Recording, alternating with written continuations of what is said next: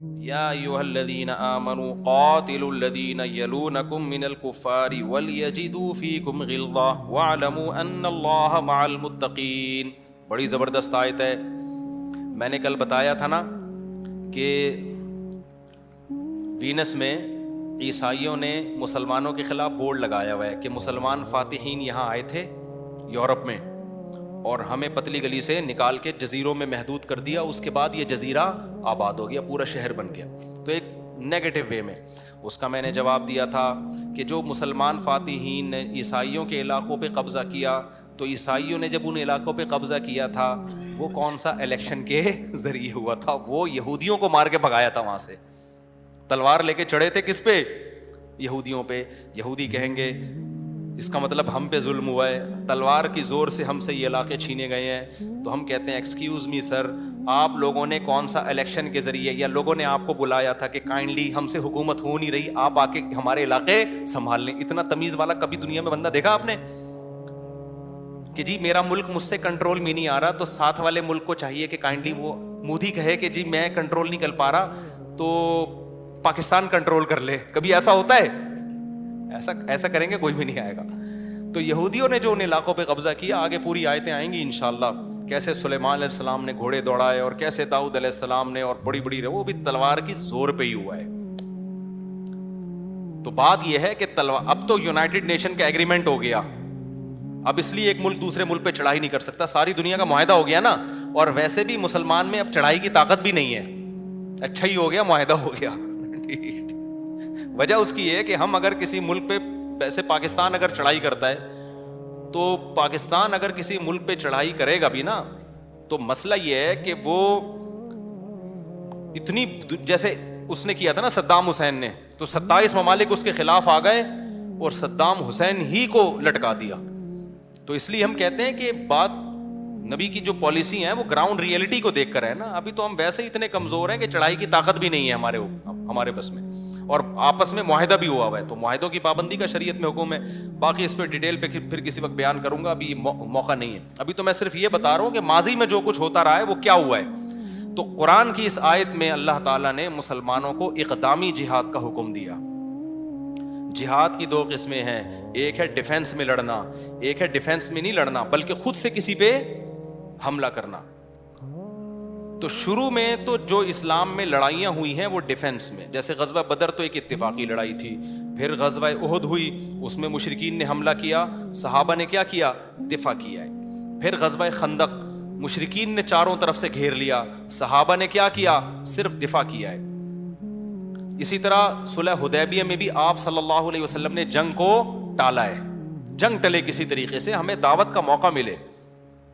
لیکن صلح حدیبیہ کے بعد نبی صلی اللہ علیہ وسلم نے مختلف بادشاہوں کو خطوط لکھے دنیا بھر میں, اور اس میں ان کو پیغام دے دیا کہ ہماری اس دعوت کے پیچھے کیا ہے؟ تلوار ہے. اسلم تسلم, اسلام قبول کر لو گے تو بخشش ہو جائے گی, اسلام قبول نہیں کرتے تو پھر محفوظ نہیں ہو, پھر ہمارا تم سے کوئی ایگریمنٹ نہیں ہے, فوجیں لے کے چڑھ جائیں گے ہم.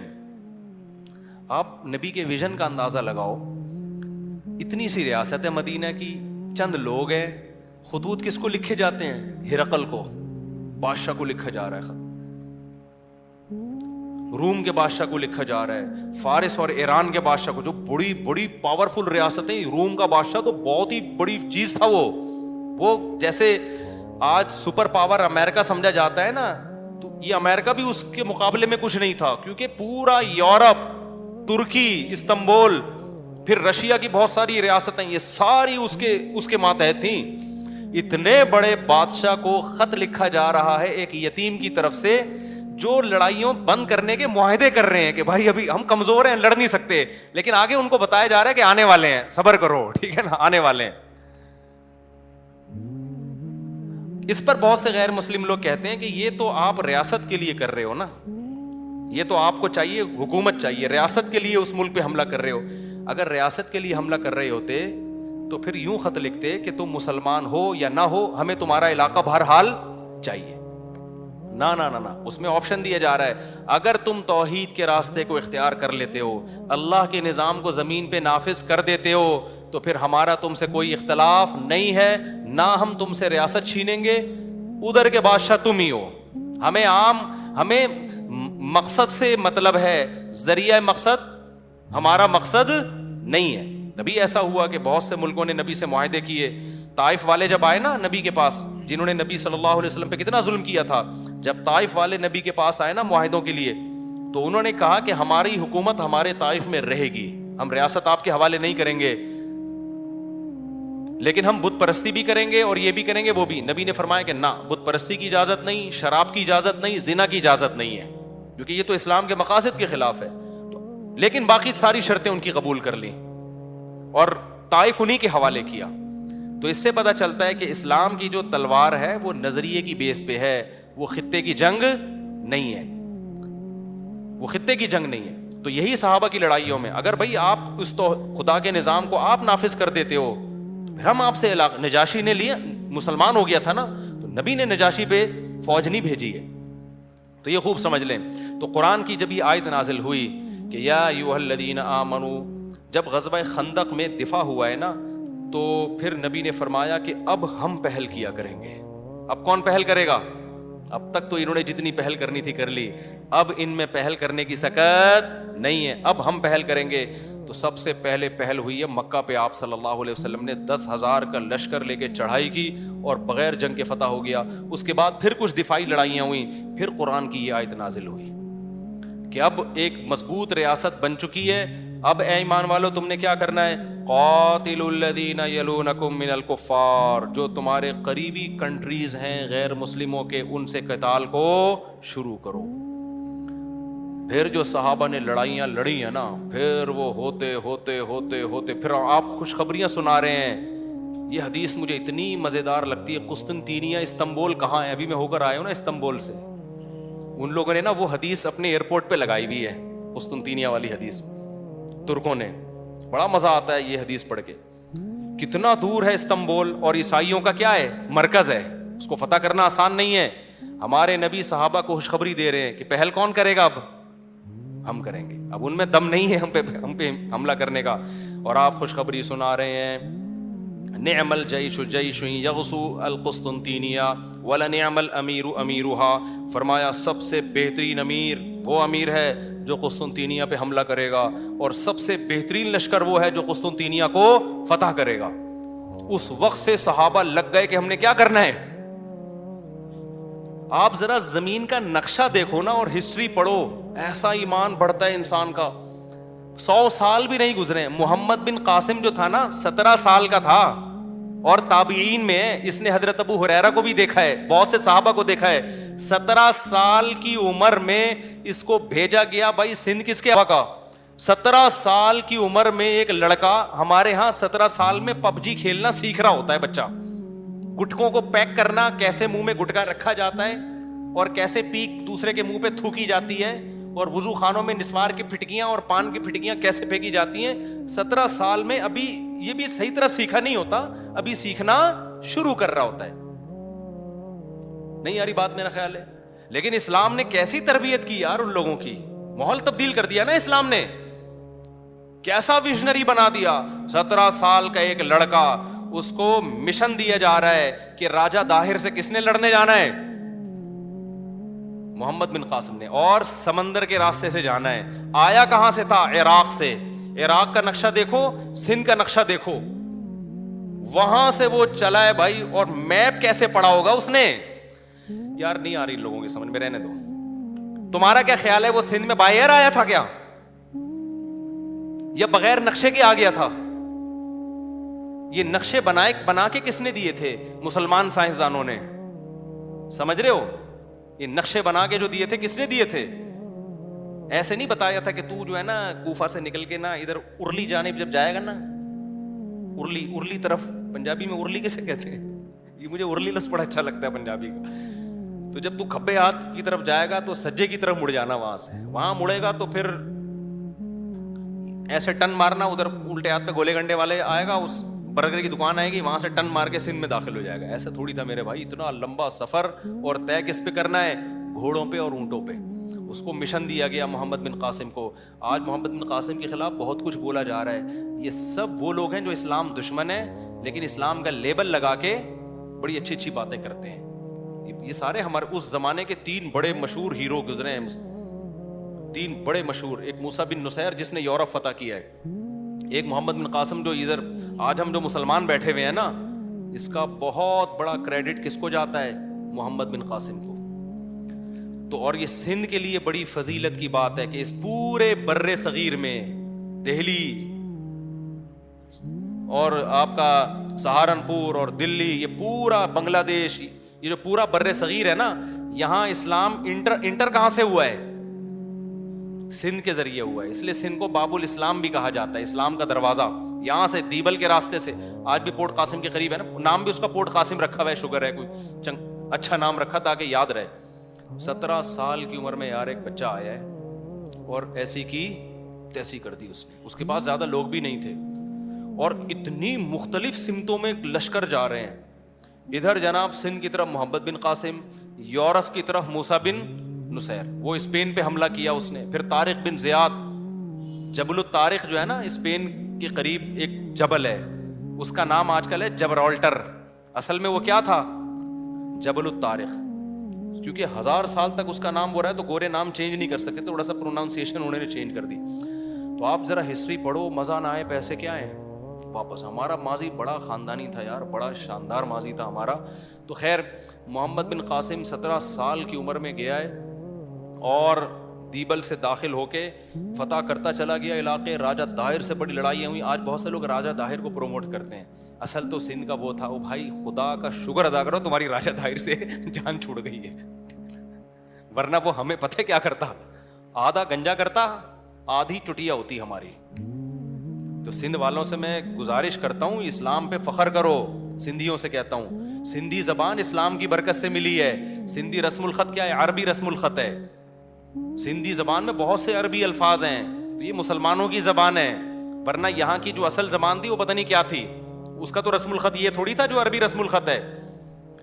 تو خیر پھر بخاری میں سندھ کا تذکرہ ملتا ہے. حضرت عائشہ بیمار ہوئی ہیں, حدیث میں آتا ہے جاء رجل من السندھ الی عائشہ رضی اللہ عنہا, سندھ سے بندہ آیا حضرت عائشہ کے علاج کرنے کے لیے.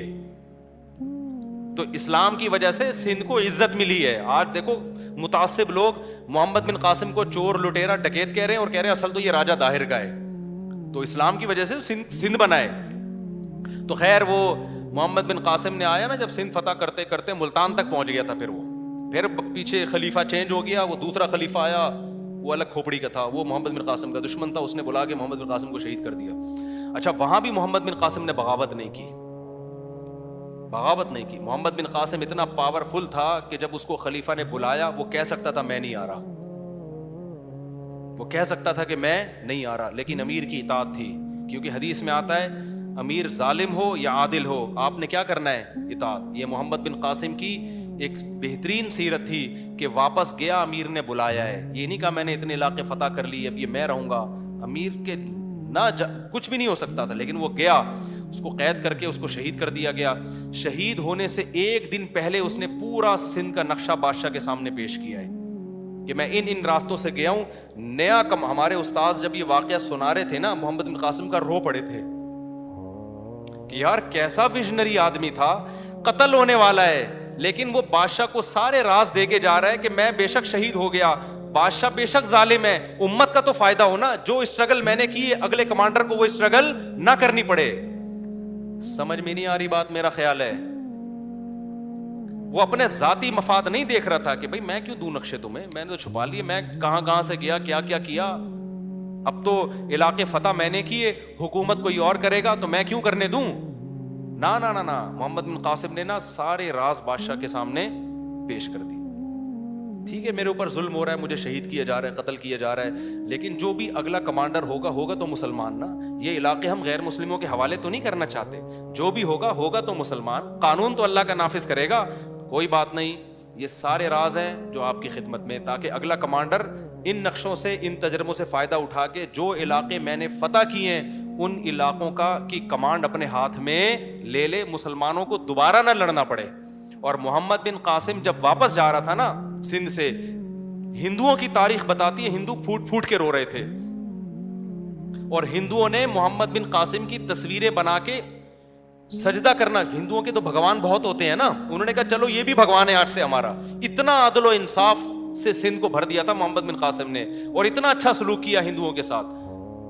یہ تو اب جا کے ہندوؤں نے تاریخ بدلنا شروع کر دی ہے, ورنہ آپ ہندوؤں کی پرانی کتابیں دیکھیں اس میں محمد بن قاسم کا بڑا اچھا تذکرہ ہے, ورنہ ہندو تصویر تھوڑی بناتا, تصویر بنا کے پوجتا تھا محمد بن قاسم کو.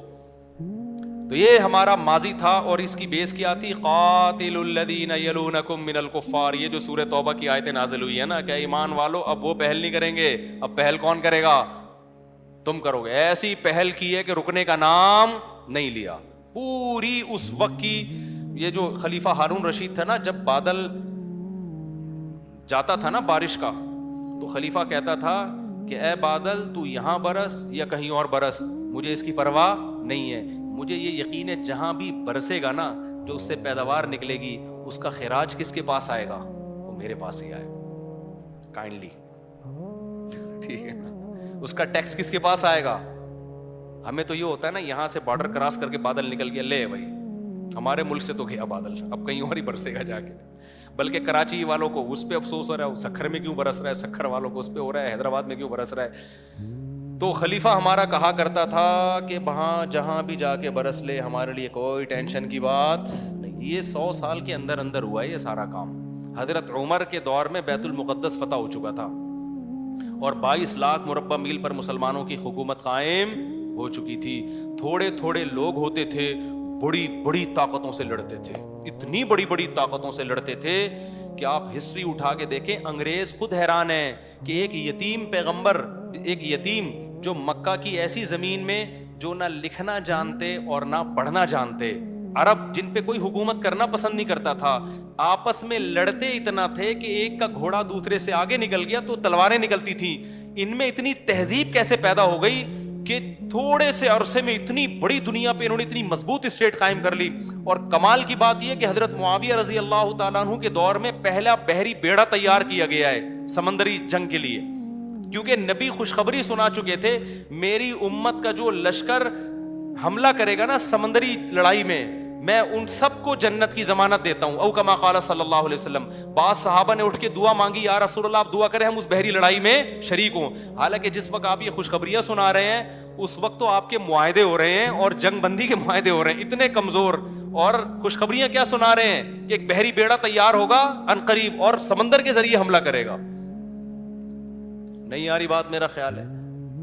تو حضرت معاویہ کو یہ فضیلت جاتی ہے, سب سے پہلا بحری لشکر کنہوں نے تیار کیا, حضرت معاویہ نے. اس کا امیر کا نام رکھا امیر البحر, جس کو آج ایڈمرل کہا جاتا ہے گوروں کی اصطلاح میں. تو بڑا شاندار ماضی تھا.